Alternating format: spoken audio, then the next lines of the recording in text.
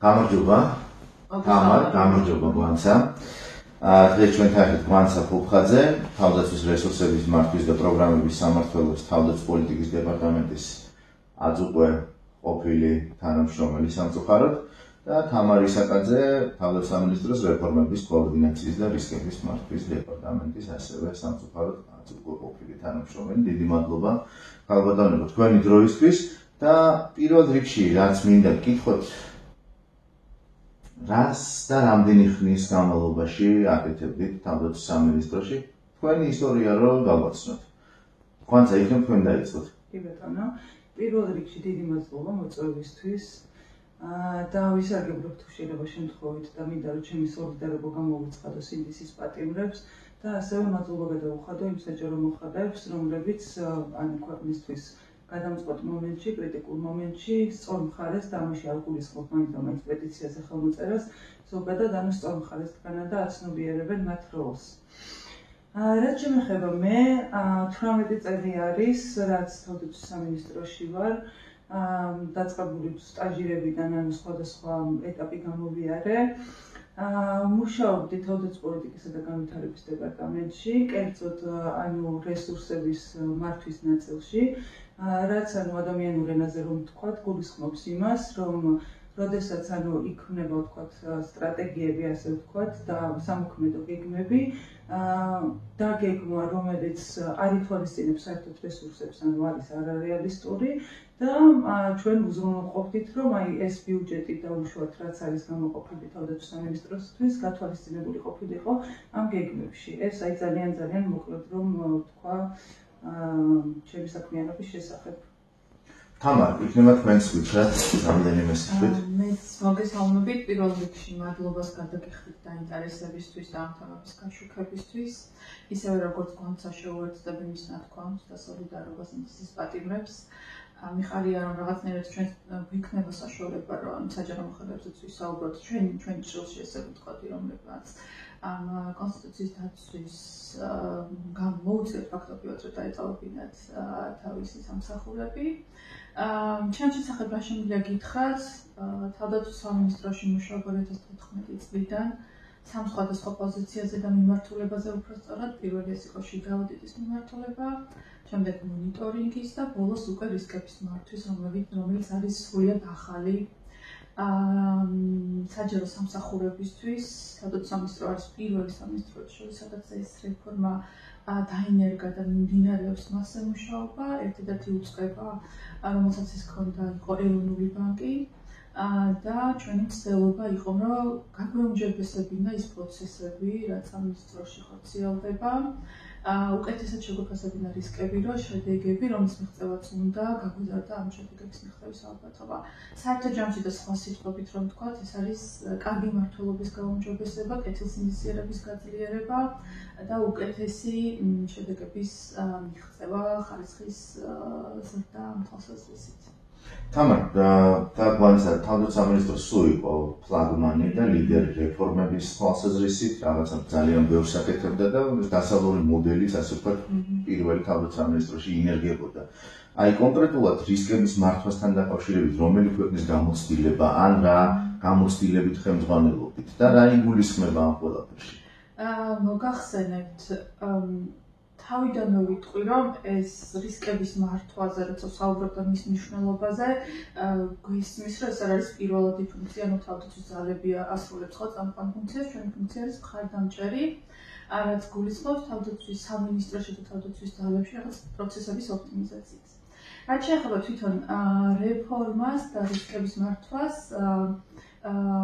საუკეთესო ქვეყნების გამოცდილების გაზიარების საშუალება ჰქონდა ჩვენი დონორების მხარდაჭერით.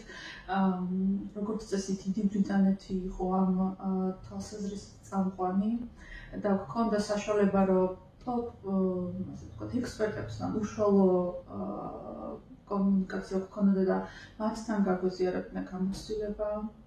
დიდი ბრიტანეთის თავდაცვის სამინისტროს კოლეგებისგან ასევე ფინანსთა სამინისტროს მხარდაჭერით მე თავად მონაწილეობდი შვედეთში ვიზიტში, სადაც არაერთი ინსტიტუტთან ჰქონდა შეხვედრა, თუ როგორ აკეთებენ ისინი ახორციელებენ ამ პროცესის რისკების მართვას და რა შედეგებს მიაღწიეს და ვეცადეთ, რომ საერთაშორისო სტანდარტების და მათი გამოცდილების გათვალისწინებით ეს პრაქტიკები შემოგვეტანა ჩვენი სამინისტროს რეალობაში. ამისთვის მოვამზადეთ შესაბამისი ბაზა დოკუმენტები, ჩარჩო დოკუმენტები, ასე ვთქვათ. შემდეგ ცნობიერების ამაღლების მთელი რიგი ღონისძიებები მოყვა და უკვე 2022 წლის ბოლოდან დავიწყეთ პრაქტიკული მუშაობა დაჯდომა სხვადასხვა სტრუქტურულ წარმომადგენლებთან და მათი საქმიანობასთან დაკავშირებული რისკების შეფასება. დავაზუსტებ მაინც ცხადისთვის რისკების შეფასება არ გულისხმობს სამხედრო ოპერაციებში რისკების შეფასება, ეს არის თუმცა ნებისმიერ სხვა ტიპის რისკს მოიცავს და დოკუმენტი, რისკის მართვის დოკუმენტი, რომელიც ვრცელდება სამინისტროზე, ვებგვერდზე არის განთავსებული ღია და ხელმისაწვდომია ყველა დაინტერესებული პირისთვის. შესაბამისად, შეგიძლიათ უფრო დეტალურად იქ გაეცნოთ თუ კი ამისი სურვილი არსებობს. კი, აუცილებლად დაგებრუნდებით და გვანცა უნდა გკითხოთ თავდაცვის პოლიტიკის დეპარტამენტის კარგად ჟღერს და ბევრი წლის განმავლობაში ეს დეპარტამენტი იყო პასუხისმგებელი უამრავ დოკუმენტზე, ხო? რა მიმართულებით მუშაობდით თქვენ? რა იყო თქვენი ძირითადი ასე ვთქვათ ამოცანა? თავდაცვის პოლიტიკაში ზოგადად დეპარტამენტში იქნება ის უწყებრივი დენის კონცეპტუალური დოკუმენტები, რომლითაც შემდეგ ხელმძღვანელობს თავდაცვის სამინისტრო. ასეთი შემუშავებული არის როგორც გრძელვადიანი ხედვა 20-30 წლამდე, ასევე თავდაცვის სტრატეგიული მიმოხილვა 21-25 წლებისთვის. წელს არის ამ დოკუმენტის ბოლო წელი და ახლა უკვე დაწყებული არის პროცესი ამ დოკუმენტის განახლებისთვის და 26-30 წლებისთვის რომ გაიწეროს. მე კონკრეტულად რაც შემეხება ამ ჩვენი სამმართველო მუშაობდით, აი სწორედ ამ თავდაცვის სტრატეგიული მიმოხილვის სამოქმედო გეგმაზე. იქ სტრატეგიაში არის ჩამოყალიბებული საბოლოო შედეგები, რომელსაც უნდა მიაღწიოს თავდაცვის სამინისტრომ 2025 წლისთვის. მაგრამ სამოქმედო გეგმის გარეშე და კონკრეტული ამოცანებისა და აქტივობების გარეშე ამის მიღწევა შეუძლებელი იქნება. სწორედ ამიტომ ამ გეგმაში აი ეს ამოცანები და აქტივობები დეტალურად იყო გაწერილი თავისი საბაზისო მაჩვენებლით, რაც იმას ნიშნავს, საიდან ვიწყებთ ამ მოქმედებას, მისაღწევის შედეგით, ყოველწლიური და ინდიკატორებით, რომლითაც მოხდებოდა ამ ყველაფრის შეფასება.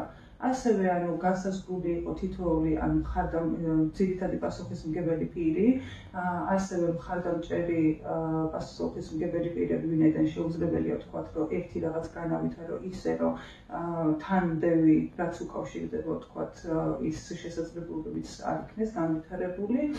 ამ დოკუმენტის განახლება ხდებოდა ყოველწლიურად, ვინაიდან როდესაც იცვლება რაღაცა იმ გარემოებებში, ვთქვათ, რაც იყო, აუცილებლად ეს უნდა აისახოს გეგმებში, რომ გეგმა იყოს რეალისტური.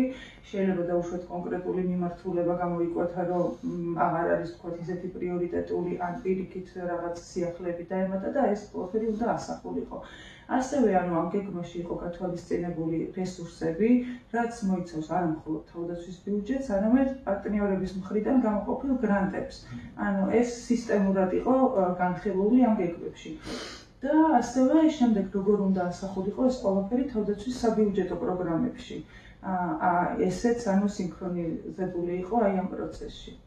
რა წილი ქონდა თვითონ პარტნიორებთან კომუნიკაციას და თანამშრომლობას ამ დოკუმენტში? რა წილი ეკავა? მე მახსოვს, გინდათ თეთრი წიგნები, გინდა სხვა სტრატეგიული მიმოხილვის დოკუმენტაცია და ასე შემდეგ სტრატეგიული დოკუმენტები და ყველგან იყო მოყოლებული 91 წლების მეორე ნახევრიდან განსაკუთრებული აქცენტი მაგალითად შეერთებულ შტატებთან თანამშრომლობაზე, დასავლეთის სხვა წამყვანი ქვეყნების შესაბამის უწყებებთან თანამშრომლობაზე, ნატოზე თვითონ როგორც ორგანიზაცია. აი აქ რა მდგომარეობა იყო? ეს ყველაფერიც გათვალისწინებული იყო ამ გეგმაში, მაგალითად ახლა მიმდინარე პროგრამა რაც გვაქვს ამერიკის შეერთებულ შტატებთან ჯედაი თავდაცვის შეკავებისა და გაძლიერების ინიციატივა, მასში მოცემული ღონისძიებები, რაც შეჯერებული არის, ეს ყველაფერი იყო გათვალისწინებული.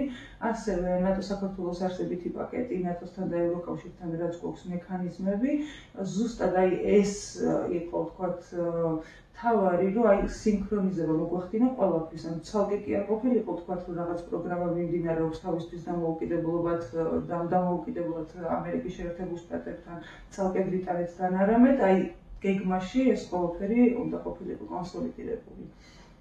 ერთად გითხავთ, აი მაგალითად უკრაინაში რუსეთის შეჭრის შემდეგ რაიმე კორექტივები იყო ამ საკითხზე იყო საერთოდ მუშაობა? ეს გეგმა არ მოიცავდა მსგავს რაღაცას, იმიტომ რომ ეს იყო კონკრეტულად თავდაცვის სამინისტრომ რა უნდა გააკეთოს, რომ თავდაცვის ძალების შესაძლებლობები იყოს გაძლიერებული.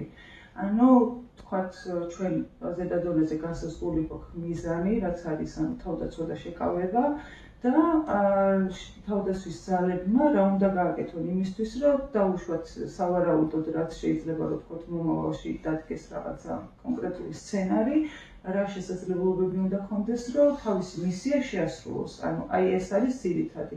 ეს ორმხრივი თანამშრომლობები და თქვათ კონკრეტულ ქვეყნებთან ურთიერთობა ესე არ არის სასახული. როგორ ფიქრობ, აი 28 ნოემბრის შემდეგ აი ეს გადაწყვეტილება, რომელიც იყო გაცხადებული, როგორ აისახება ამ დოკუმენტებზე საერთოდ? გრანტების ნაწილში ანუ უკვე აისახა, იმიტომ რომ როგორც თქვენს პარტნიორებმა ანუ გაცხადებულად თქვათ რაღაცა გრანტები ანუ შეჩერდა ზოგადად როგორც ქვეყნის მასშტაბით, ასევე კონკრეტულად თავდაცვის სამინისტროსთვისაც და რა თქმა უნდა უკვე აისახა და დანარჩენს ალბათ მომავალი გვიჩვენებს თქვათ როგორ განვითარდება მოვლენები. თამარ, უნდა გითხოთ აი რისკების ეს მეთოდი, რომელიც ახალი არის და დაინერგა ისო პარტნიორების დახმარებით, თუ კი პარტნიორები აღარ ყავს, რა ბედი ეწევა ზოგადად აი ამ პროექტებს? და როგორ შეიძლება აისახოს, ანუ რას ვკარგავთ? მე მინდა რომ ავხსნათ გასაგებ ენაზე რა შეიძლება დავკარგოთ. აქტუალური შეკითხვა და როგორ გითხრათ, ხშირად მიფიქრება მაგაზე მიუხედავად იმისა, რომ აღარ ვარ სამინისტროს თანამშრომელი.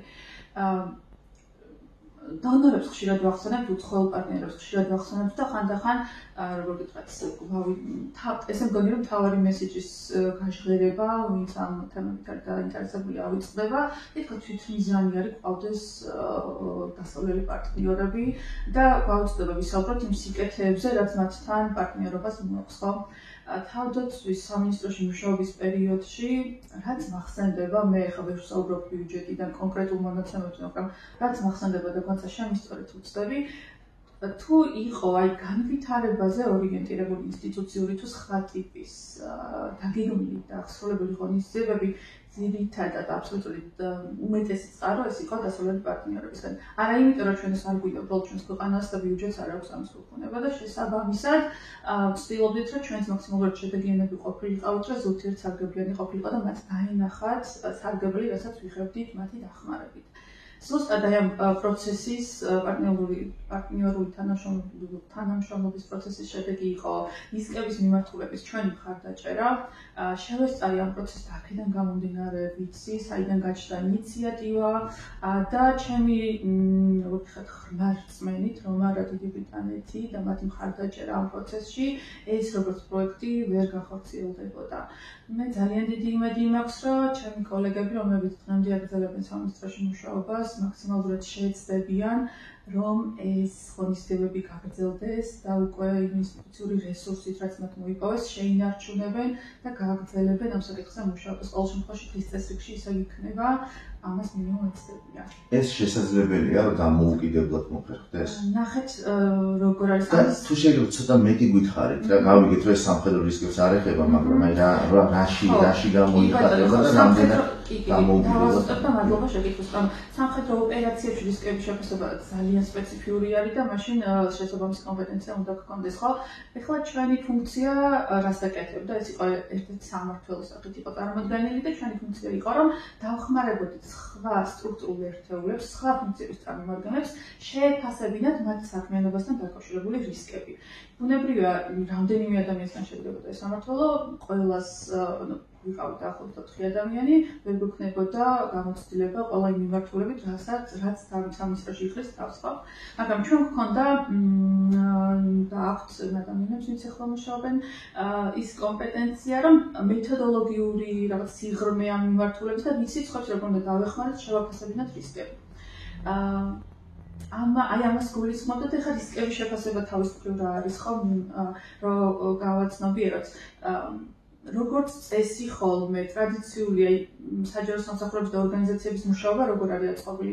აწყობილი არის რომ ვსახავთ გეგმებს და მივისწრაფით ამ გეგმებისკენ, მაგრამ როგორც წესი ხოლმე გავიწყდება რამ შეიძლება შეგვიშალოს ხელი, ან ამისი ანალიზი ხდება ზეპირი, რაღაც შეხვედრების დროს, აბა იქ რაღაც თუ გაითვალისწინე ასე შემდეგ. ეს არის თანმიმდევრული ორგანიზებული პროცესი, რაც გულისხმობს, რომ მაქვს აი კონკრეტულად რაღაცის ამოცანა, არის გულისხმობს სამხედრო ამოცანა, რაღაც უნდა შევასრულოთ ხო წლის ბოლომდე 6 თვეში ასე შემდეგ. და ამისთვის უნდა დაიტეხოს ესე ვეძახით ეს პროცესი, უნდა წარმოვიდგინოთ რა გო განსახორციელებელი ნაბიჯი 1, ნაბიჯი 2, ნაბიჯი 3 რა არის და აი ამ პროცესში რა შეიძლება იყოს ხელის შემცვლელი გარემოებები, რისკები იგივე. ხელისშემცვლელი გარემოება შეიძლება სტრატეგიული დონის იყოს, შეიძლება რაღაც ოპერაციული ყოველდღიურ საქმიანობასთან დაკავშირებული, თუმცა ესეც კრიტიკულ მომენტში შეიძლება იყოს მნიშვნელოვანი და ამიტომ შეფასების მეთოდოლოგია არის და საერთო ჯამში უნდა შევქმნათ დიდი სურათი, რომ აი ამ ჩემი მოცემულობებიდან რა უფრო კრიტიკული არის ჩემთვის და რატომ არის რესურსებთან დაკავშირებული, რომ დავინახავ რა უფრო კრიტიკულია, ვიცი რომ ჩემი შეზღუდული რესურსი ფინანსების სახით იმის დასაბალანსებლად უნდა გავუშვა. და აი ამ დროს ხდება გადაწყვეტილების მიღება ეგრეთ წოდებულ კონტროლის ღონისძიებებში, ანუ რისი გაკეთება მჭირდება, მაგალითად მე მჭირდება რაღაც კიბერუსაფრთხოების მიმართულებით, რაღაც იაფიანი სისტემა თუ ნაკლებ ფასიანი სისტემა, მაწყობს უტრირებული მაგალითები, მაგრამ საერთოდ ჯამში მივდივართ აი ამ გადაწყვეტილებებამდე და რისკის შეფასება თუ არის და მოიცავს, რომ მივიღოთ სწორი გადაწყვეტილებები და შევაფასოთ ხარჯთა ეფექტურობა იმ ჩვენი ყველა ნაბიჯის და ამიტომ არის ეს პროცესი დაკავშირებული ანგარიშვალდებულებასთან, გამჭვირვალობასთან და საერთოდ ჯამში ეფექტურობის ზრდასთან და კიდევ ერთ დავამატებ აი თავის დროზე იდეა გასაგებია ორგანიზაციული თვალსაზრისით რისკების მართვა მეტნაკლებად შეიძლება ყოველთვის გასაგები არის, მაგრამ იდეა რა იყო ამისი? ადამიანები, ვინც ამ მიმართულებით მუშაობდნენ თავდაცვის სამინისტროში, ხედავდნენ, რომ გარკვეული ტიპის ხარვეზები პროცესებში ესე დავარქვა, მეორდებოდა ხოლმე. ანუ როცა ვიცით რაღაც პრობლემა, უნდა აღმოვხვრათ, ხო? ნიშნავს, რომ გვჭირდება განსხვავებული მიდგომა ამისადმი და გარკვეულმა ანალიზმა ეს დაგვანახა და რისკის მართვის სისტემის დანერგვა, ზუსტად აი ეს დანერგვის იდეა ზუსტად აქედან წამოვიდა. ბუნებრივია, ხა ჩვენ ახალი ველოსიპედი არ მოგვიფიქრებია, საერთაშორისო თუ სხვადასხვა ქვეყნების გამოცდილება ადასტურებს ეს პროცესი არის ეფექტიანი, უბრალოდ ეს არის დროში, ასე ვთქვათ, გადანაწილებული და საჭიროებს თანმიმდევრულ რაღაცნაირ მიდგომას და მიყოლას და მიზნად ისახავს, რომ დამოკიდებულება შეიცვალოს გადაწყვეტილებების მიღებისადმი. ანუ ერთგვარად აზროვნების კულტურა შეგვეცვალოს, ანუ მინდა და გავაკეთებ კი არა, რომ მინდა ის დაკავშირებულია იმ ხარჯთან და მე გავაკეთებ ამ ფასად. როდესაც ამას ვაცნობიერებ და ყოველ თან ხვდებით, ნიშნავს, რომ როგორ ვთქვათ, გვესმის, რას ვაკეთებთ და რის ფასად და ეს საერთო ჯამში უკავშირდება რესურსების ეფექტურ მართვას და იმ პირობებში, როდესაც რესურსები შეზღუდულია, განსაკუთრებით ჩვენს ქვეყანაში, სადაც არ ვართ განებივრებული ფუფუნებით გულისხმობ ბიუჯეტს, განსაკუთრებით მნიშვნელოვანია, რომ იქ სადაც შეგვიძლია დავზოგოთ, იქ სადაც კრიტიკულია, რომ ფული გადავიხადოთ, რომ მერე მეტის სახარჯო არ მოგვიწიოს. ლოგიკურად რამდენიმე კითხვა გამიჩნდა და პირველი არის ის, რომ დამოუკიდებლად შევძლებთ თუ არა ამ ყველაფრის კეთებას, ეს ერთი და აქვე მეორე რანაირად უნდა გავთვალოთ რაღაცა რესურსი, როდესაც ისეთი მწირი ბიუჯეტია, რომელიც არის და აღარ აქვს არანაირი პარტნიორები ამ მიმართულებით. ნუ ყოველ შემთხვევაში ჯერჯერობით. ხო, გამიტაცა მე ამ იდეაზე საუბარმა დაუბრუნდებით თქვენს ერთ შეკითხვას. დონორთან თანამშრომლობა რას გულისხმობდა? ეს როგორ ვთქვათ, მოწვეული რესურსი როგორ იყო, იცით?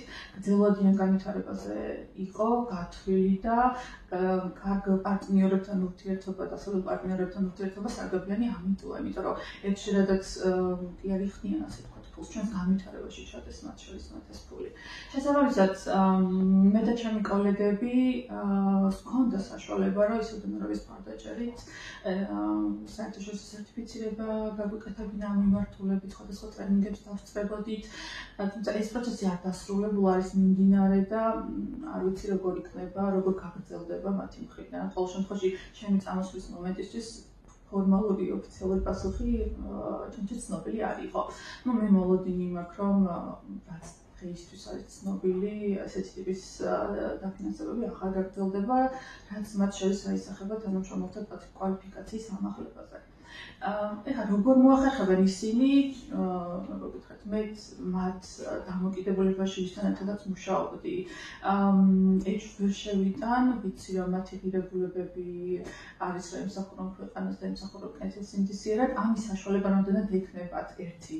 მეორე ისევ იქნება თუ არა ეს თემა აქტუალური, არ ვიცი და ამას ალბათ დრო დაგვანახებს. ალბათ ადამიანებზეც არის დამოკიდებული, ანუ ვინც იქ დარჩა, ვთქვათ, ბევრი რაღაც არის ადამიანზე დამოკიდებული.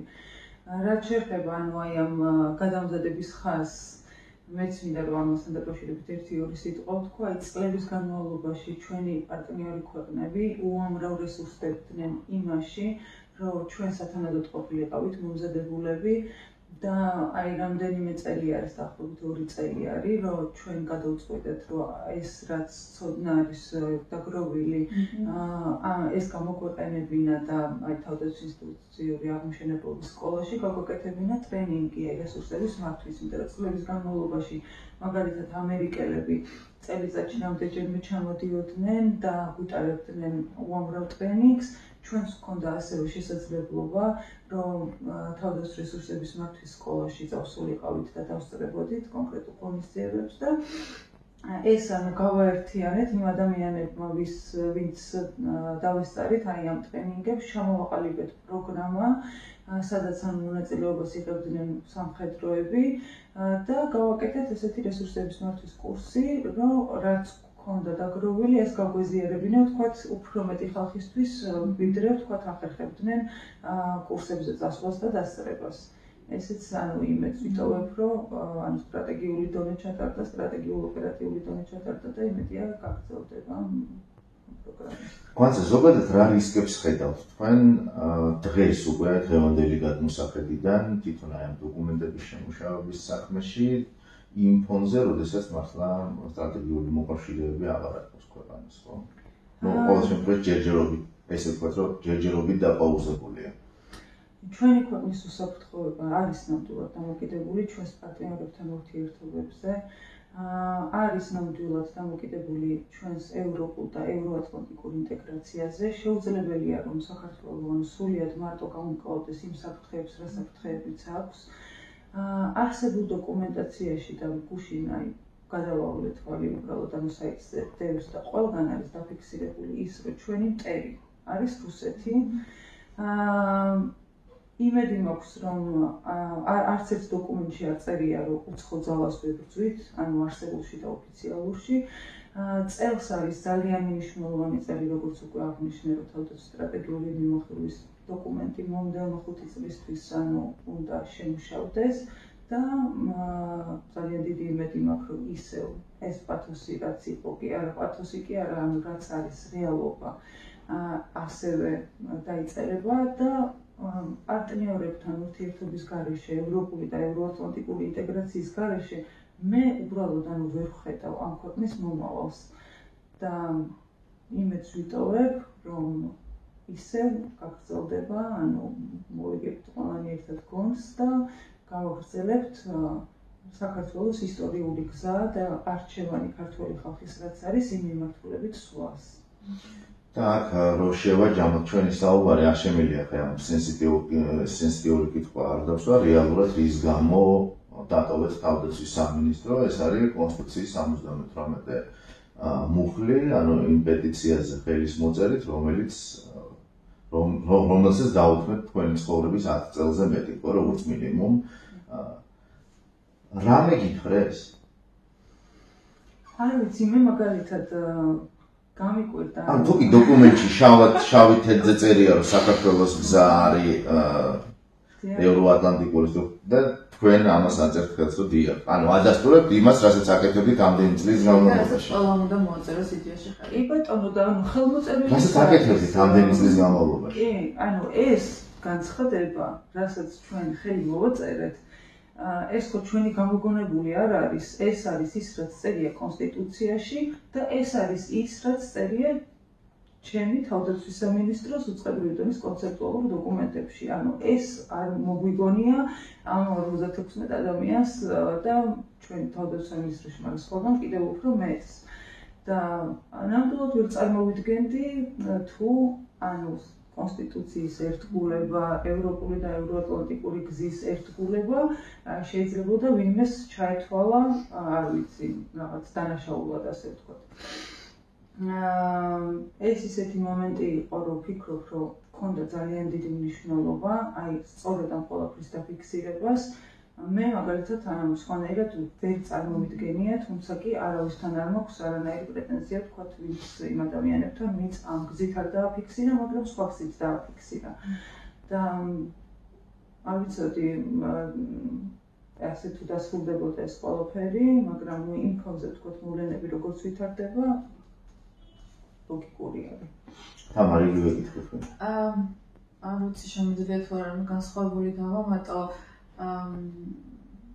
ჩემთვის არის ის მომენტი, რომ ესეთი საჯარო განცხადებები ეკეთდება და მინდა თუ არა მე ამის მონაწილე გავხდი, აქ გავარ და სხვანაირად არ წამოიწყსმენიათ, უბრალოდ არ შემეძლო მაშინ რას ვემსახურები, ხო? რისთვის ვარ თავდაცვის სამინისტროში?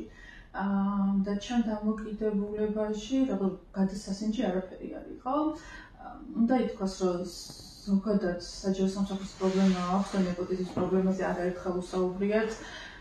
შეიძლება იპოვოთ ადამიანები, ვინც პარტიულ მოხელეს, საჯარო მოხელისგან ვერასხავებს და მათთვის შეიძლება გასაკვირი იყოს თავნებობა ბრჭყალებში ესეთი საჯარო განცხადებების ხელმოწერის გზით, მაგრამ როგორ ვთქვათ, იმდენად დარწმუნებული ვარ ჩემს სიმართლეში და იმაში, რასაც ვაკეთებდი, რომ სხვანაირად მოქცევა არ შემეძლო, დავაზუსტებ. ბევრი ადამიანია, რომელიც კეთილს ინდისირებდა და გულწრფელად ემსახურება თავის საქმის გაქვეყანას, მხოლოდ ისე მოხდა, რომ ისინი არ არიან დღეს ხელმომწერები.